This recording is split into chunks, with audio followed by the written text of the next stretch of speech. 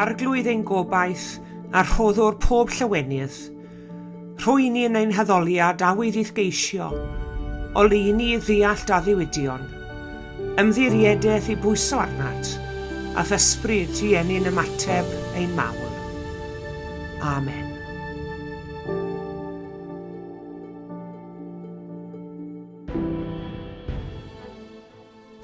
Bore da iawn i chi gyd a chroeso cynnes i'r oedfa. Diolch yn fawr iawn i chi gyd am ymuno ni eto heddi.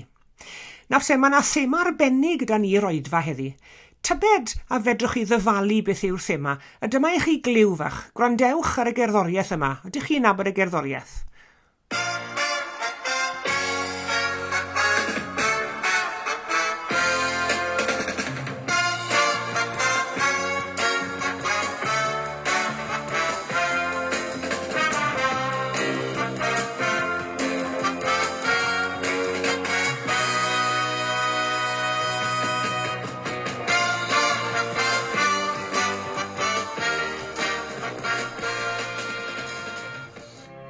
Oedden nhw'n canu cloch?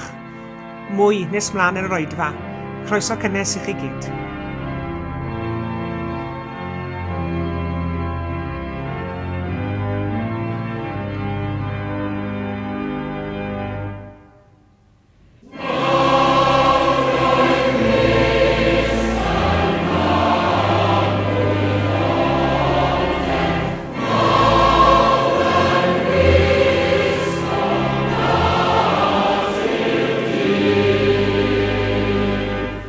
Oh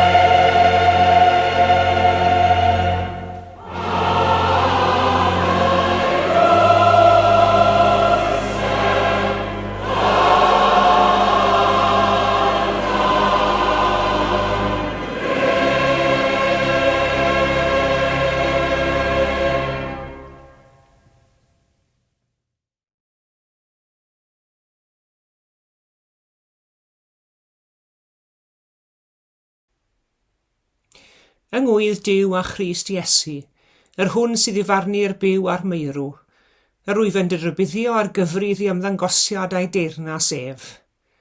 Pregetha'r gair, bydd yn barod bob amser, boed yn gyfleus neu'n anghyfleus, argyhoedda, cerydda, calonoga, a hyn ag ymynedd di-ball wrth hyfforddi. Oherwydd fydd am amser pan na fydd pobl yn goddef a thrawiaeth iach, ond yn dilyn i chwantau hunain, ac yn crynhoi o'i cwmpas liaws o athrawon i oglais i clistiau, gan droi oddi wrth y gwirionedd i wrando ar chwedle. Ond yn hyn oll cadw di ddisgyblaeth arnat y hun, goddef galedi, gna waith efengylwr, cyflawna holl o fynion dy weinidogaeth. Oherwydd y mae fy mywyd i isiws yn cael ei dywallt mewn aberth, ac y mae amser fy ymadawiad wedi dod. Yr wyth wedi ymdrechu'r ymdrech lew, yr wyth wedi rhedeg yr yrfa i'r pen, yr wyth wedi cadw'r ffydd. Bellach y mae torch cyfiawnder ar gadw i mi, a bydd yr arglwydd, y barnwr cyfiawn, yn ei chyflwyno hi i mi ar y dydd hwnnw, ac nid i mi yn unig, ond i bawb fydd wedi rhoi ei serch ar ei ymddangosiad ef.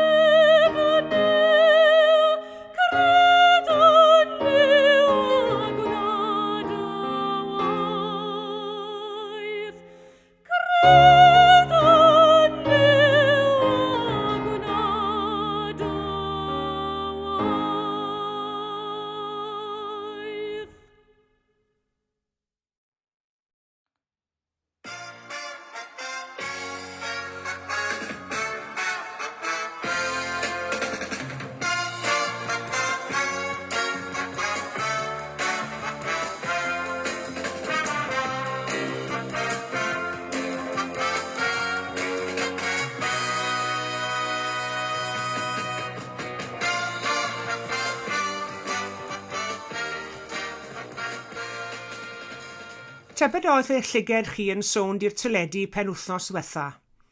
Pam? Wel, rowndiau terfynol pencambwriaeth tennis Wimbledon.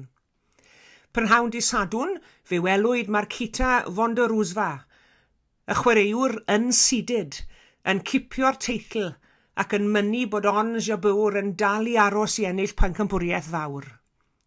A di Sul wedyn, y Sbeinwr 20 oed, Carlos Alcaraz, yn hemio Novak Djokovic, yn cael ei atal rhag ennill y bencambwriaeth am y drydydd tro'n olynol. Dyna beth oedd cyffro ar y cwrt canol yn Wimbledon yn dyfe.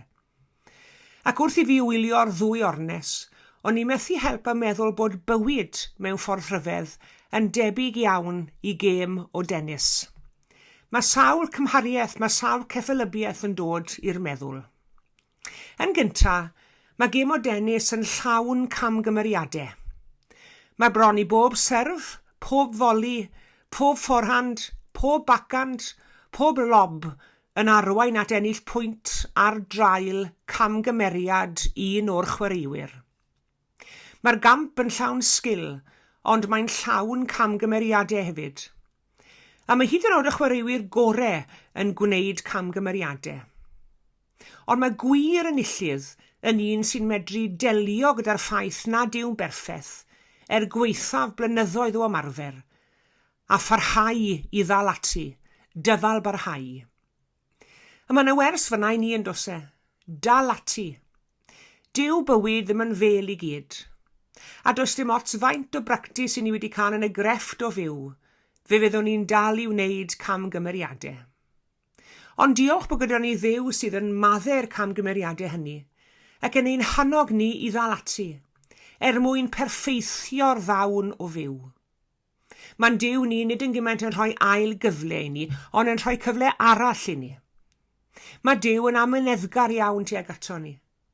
Mae'r salmydd yn cyfeirio ato, graslon a thrigarog yw'r arglwydd, araf i ddigio ac yn llawn ffyrlondeb. Mae'r Beibl yn frith o enghreifftiau am bobl a gafodd gyfle arall gan Dduw.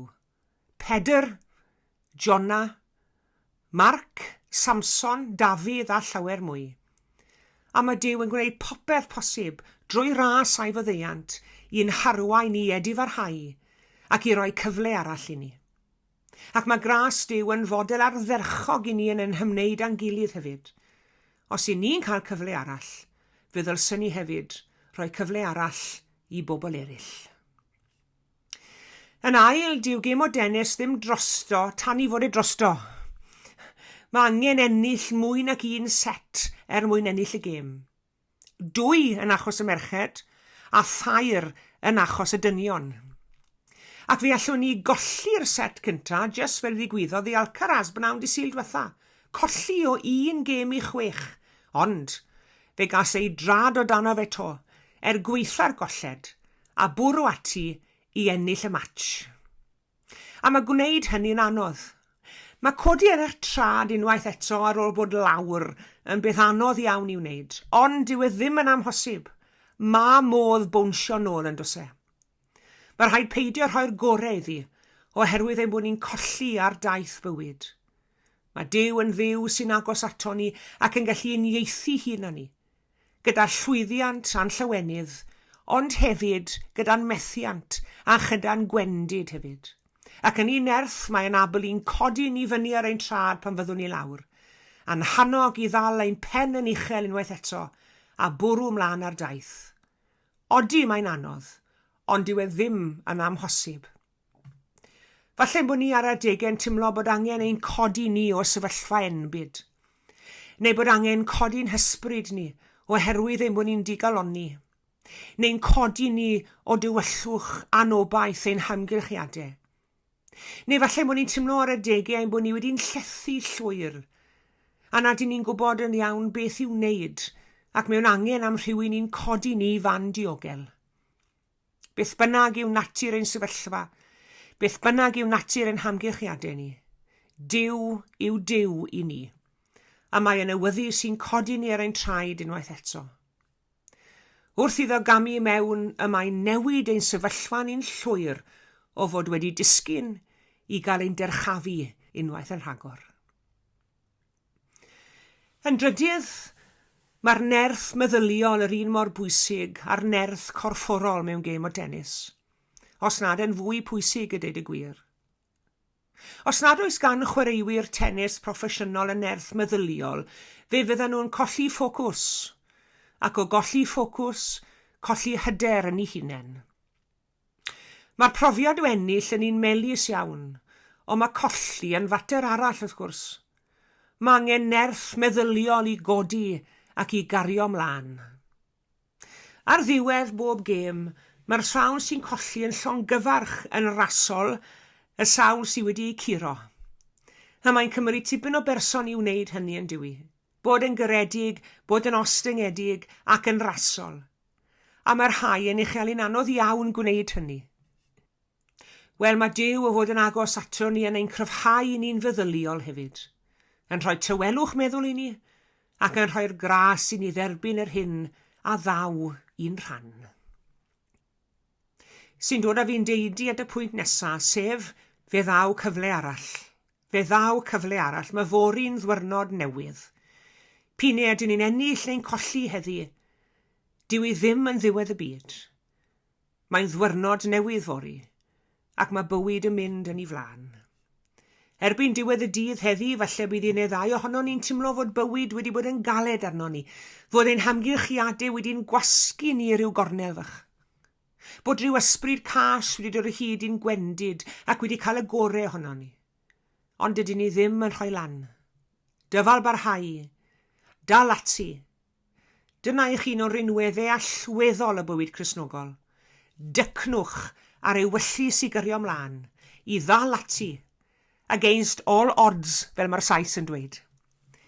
Ac yn wahanol i gêm o singles, dydyn ni ddim ar ein pen ein hunain. Y mae Duw gyda ni yn bartner. Y mae Duw drwy ei ysbryd yn bresennol o'n hamgylch ni, yno ni a thrwom ni hefyd. Mae ein brodyr yn chwiorydd yn Crist yma hefyd, ac o'n plaid ni yn ein hannog ni. Dydyn ni ddim ar ein pen ein hunain. I ni cael ein galw i dynnu o'r adnoddau mae Duw wedi rhoi yn ni, ac nid i fod yn unig. Wrth i ni ystyried bywyd yr apostol Paul er enghraifft, a myfyrio'r eiriau fe yn y Testament Newydd, i ni'n anghofio bryd i'w gilydd y buodd Paul, neu Saul, fel oedd ei enw fe ar y pryd, fuodd e'n elin i Gristnogaeth. Fydde fe wedi bod yn ddigon parod ar un cyfnod yn ei fywyd i weld y grefydd Gristnogol yn cael ei dileu yn llwyr o gof y genedl. Ond fe gafodd ei droi yn do. Chi'n cofio ei hanes ar y ffordd i Damascus? Gafodd ei droi. Newidiodd ei enw i Paul, a the ati wedyn i ddysgu, i brygethu Crist. Nath ei gysegru gweddill i fywyd ei weithio dros Iesu Grist. Buodd e farw hefyd yn enw Cristnogaeth. Ond hyd yn oed ar ôl i droedigaeth, doedd bywyd wastad yn hawdd i Paul.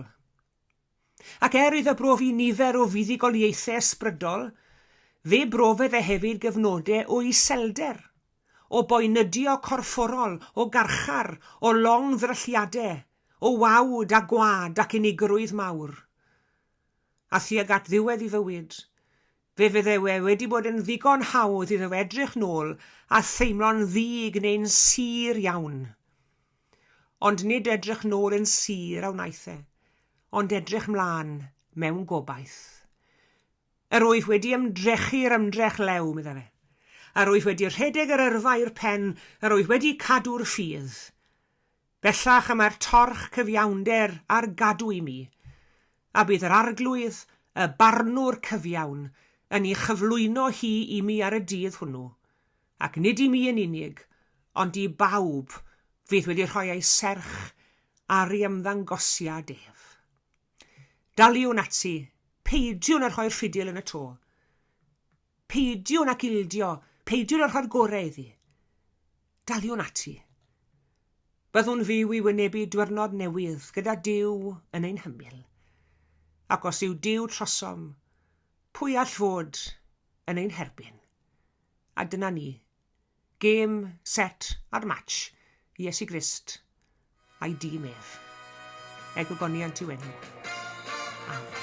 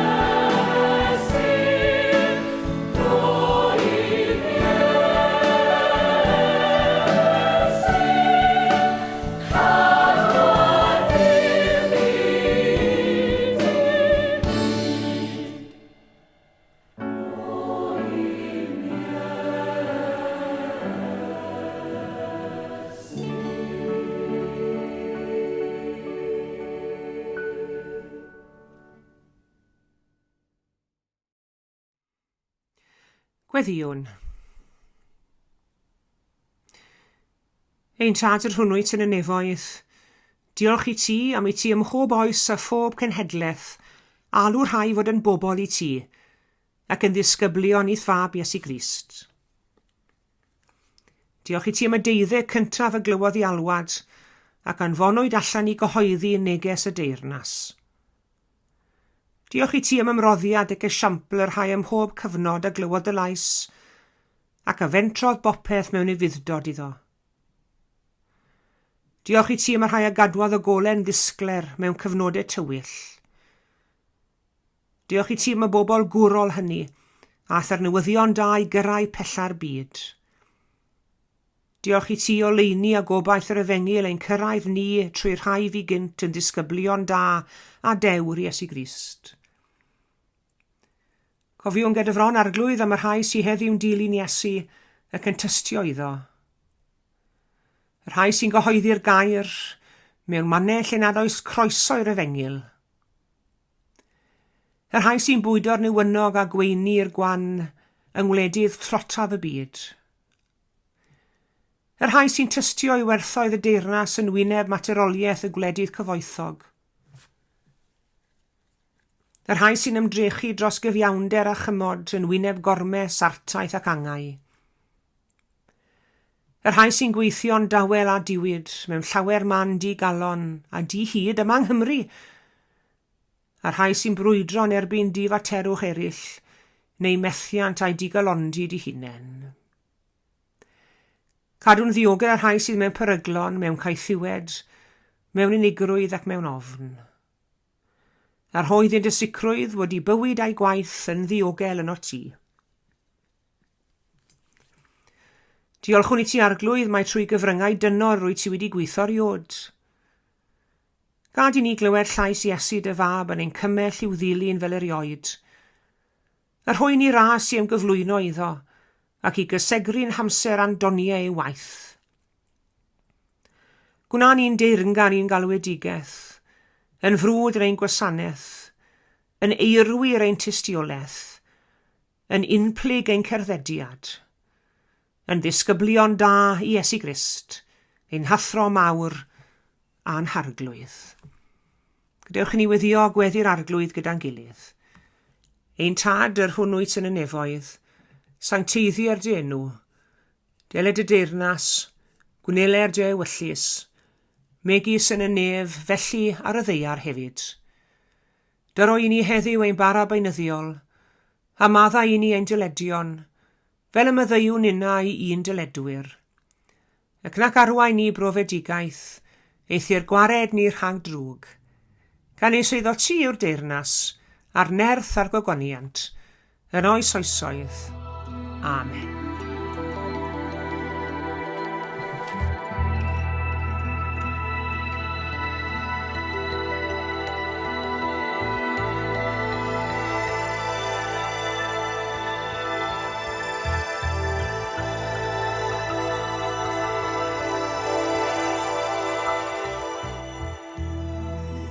Diolch yn fawr iawn i chi gyd am eich cwmni yn yr oedfa heddi. Tan y Sul nesaf, cadwch yn ddiogel ac yn iach, a gras ein harglwydd Iesu Grist a chariad Duw a chymdeithas yr ysbryd glân, a fyddo gyda ni oll. Amen.